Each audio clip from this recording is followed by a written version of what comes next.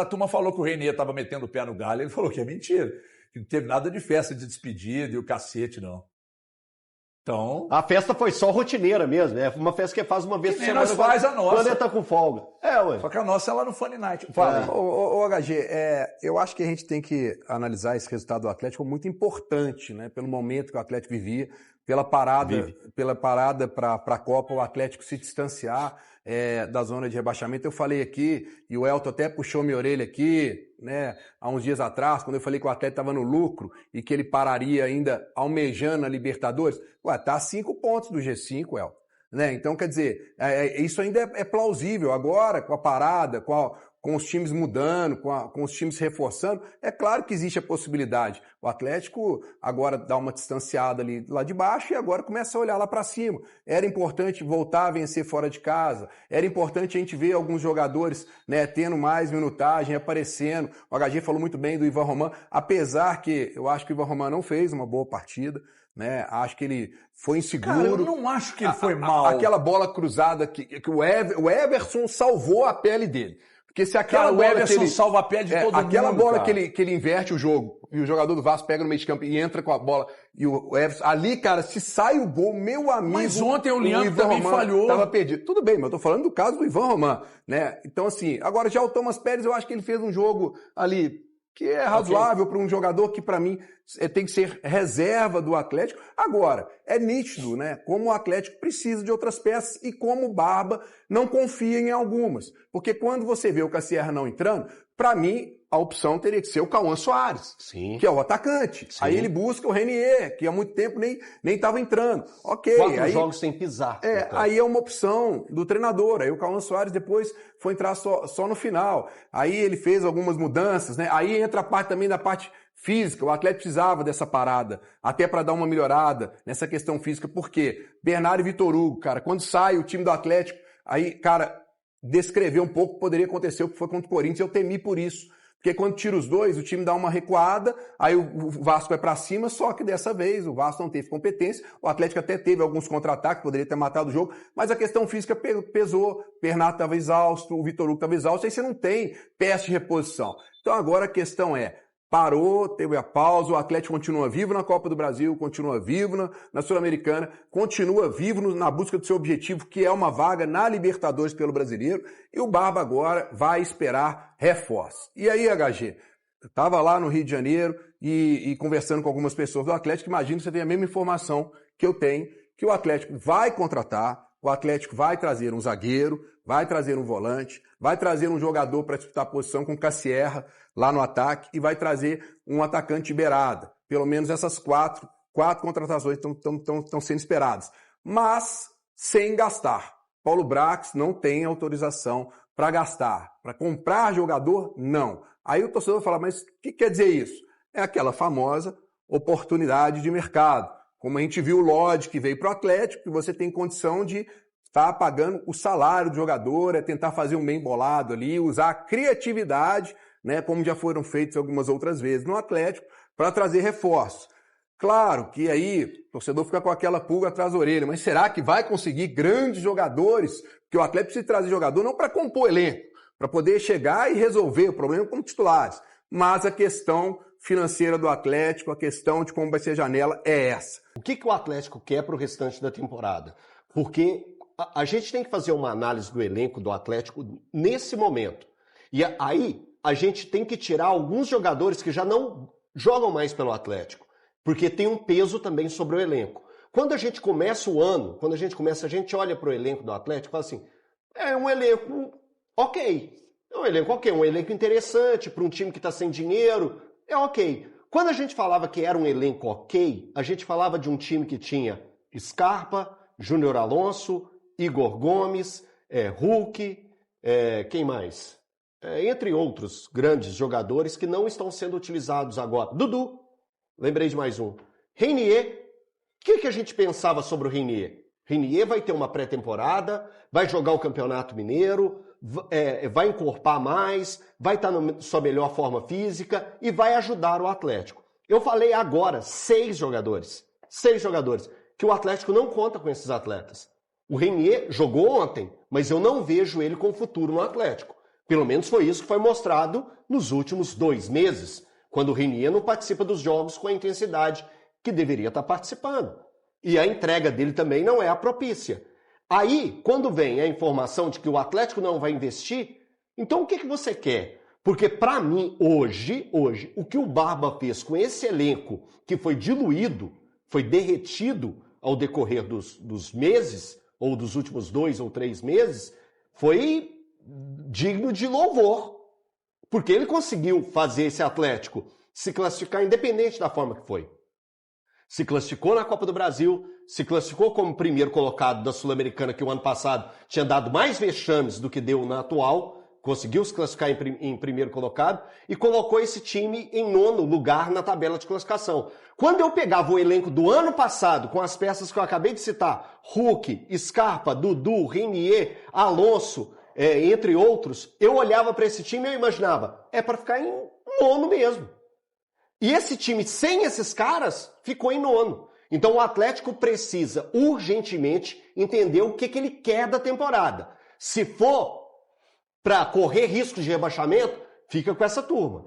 Porque se pensar algo além, precisa contratar e bem. Ô, Eltinho, com a informação do Galante, eu já tinha visto ontem nas redes sociais, eu tinha visto um corte da live do Galante falando sobre isso. Essa informação, por si só, já me preocupa. Sim. Porque o Atlético precisava fazer algo muito maior, pensando no segundo semestre. Porque esse elenco que está aí é de luta contra o rebaixamento. E o próprio treinador sabe e reconhece isso. E ele fala, jeito que fala.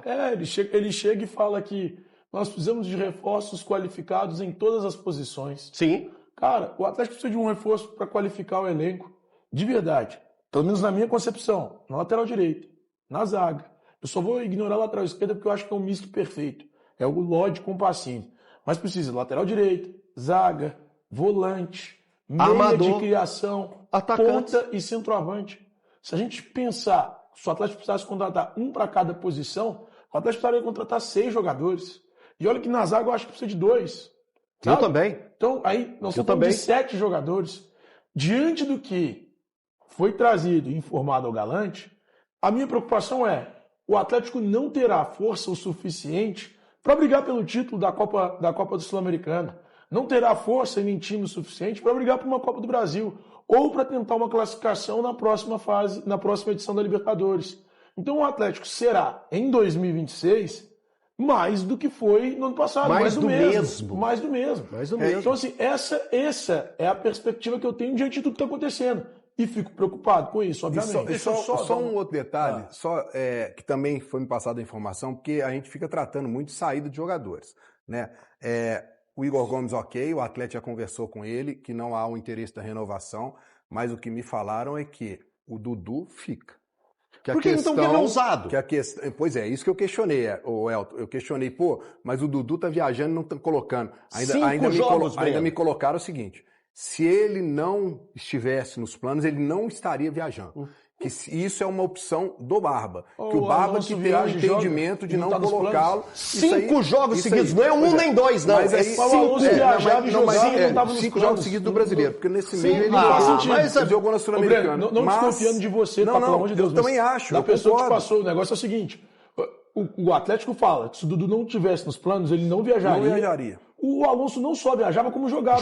E já estava negociado. Já estava negociado. O Igor Gomes é a mesma coisa. O Igor Gomes também. Mas o Igor Gomes não joga. Não, mas ele estava viajando e poderia ser colocado. Ele estava lá ontem. Mas é só essa questão. Porque aí eu tive essa curiosidade de entender qual a situação do Dudu, porque a gente sabe que o Dudu acabou de mudou de um apartamento para uma casa agora em Lagoa Santa, uma casa com um contrato de 1 ano, quer dizer, ele fala sempre nas entrevistas que ele tem contrato com o Atlético até o final de 2028, que ele quer ficar aqui, então fui entender do Atlético. E o que me passaram é que o Dudu permanece no Atlético, que essa questão dos 12 jogos é uma mera situação, vamos colocar assim, de coincidência. É uma mera coincidência. Eu não coloco na conta do Domingues, tá? Essas questões do Atlético. Eu também não. Tá? E eu coloco na conta do departamento de futebol mais uma vez. Eu acho que a maior preocupação para o torcedor atleticano não é somente o fato da informação trazida pelo Galante de que o Atlético não vai fazer grandes investimentos.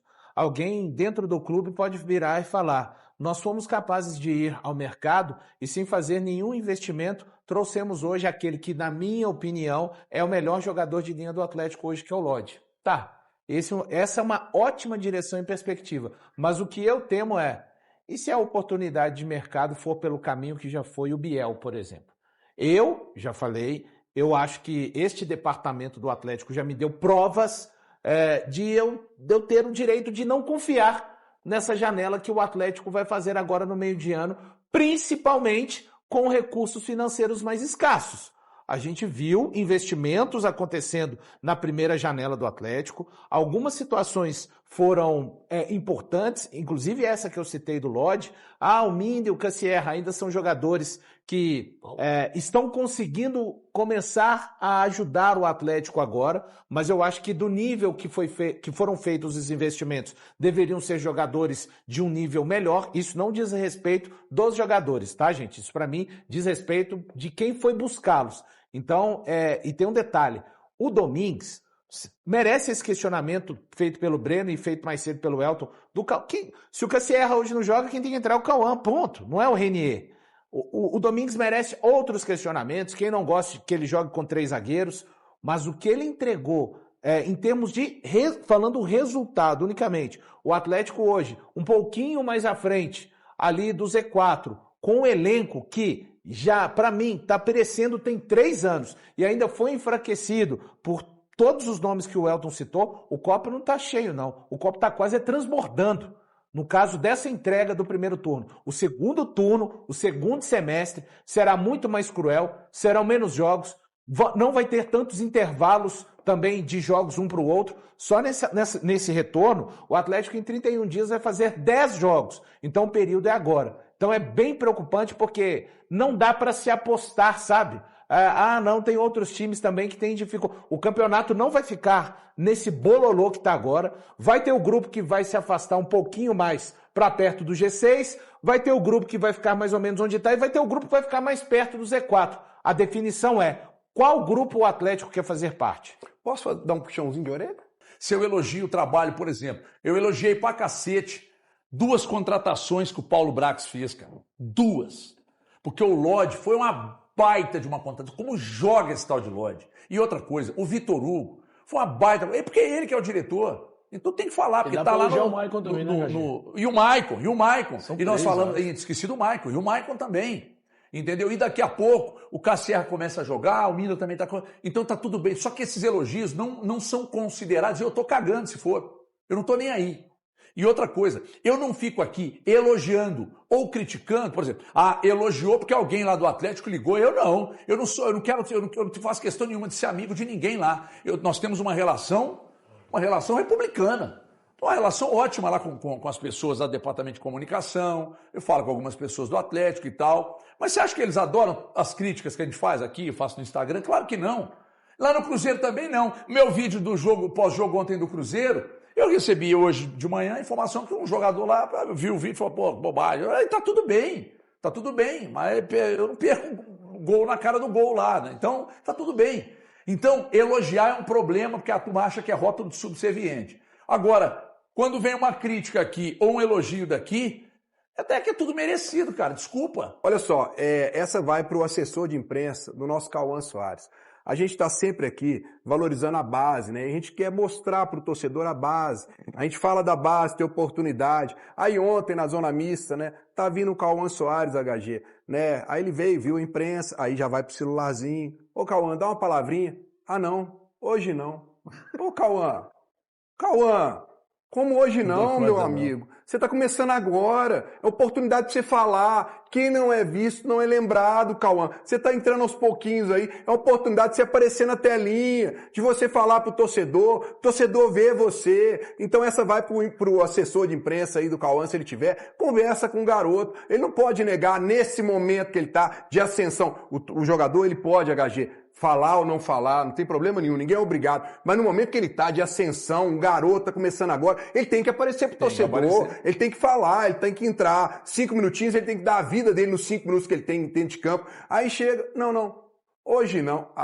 Você que é assessor de comunicação, incrível. Você precisa entender que nós aqui não somos inimigos, não. E você não tá aí só para ficar postando videozinho ou Oi, arte de não. scout, cara. Não. Promove seu atleta, promove seu técnico, promove seu diretor, promove seu candidato a presidente. Falando em candidato a presidente, o Everson precisa ganhar essa eleição para presidente da República, né? Porque o Everson é o homem que vai salvar esta nação. Fala, galera! Finalizando aqui mais um vídeo do canal. Obrigado a todos aí, que eu sei que chegou até aqui. Muito obrigado. Já peço o like de vocês antes de sair do vídeo, dá essa força pro canal. Para quem tá chegando, seja muito bem-vindo. Fica o convite, se inscreva, ativa o sininho de notificação e deixe seu like, ajuda demais o canal, é muito importante pra gente. Fiquem à vontade para deixar sua opinião em relação ao que foi falado aí no vídeo, tá bom? A participação de vocês é muito importante, então senta o dedo no like, participem, deixe seu comentário. A sua opinião é muito importante, nós olhamos todos os comentários, tá bom?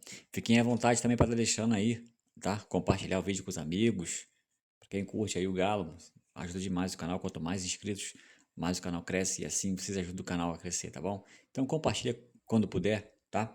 E fiquem à vontade, esse canal aqui traz notícia todos os dias do Galo, de domingo a domingo para vocês, sempre estar bem informado. Então, mais uma vez, muito obrigado pela preferência, tamo junto e até o próximo vídeo.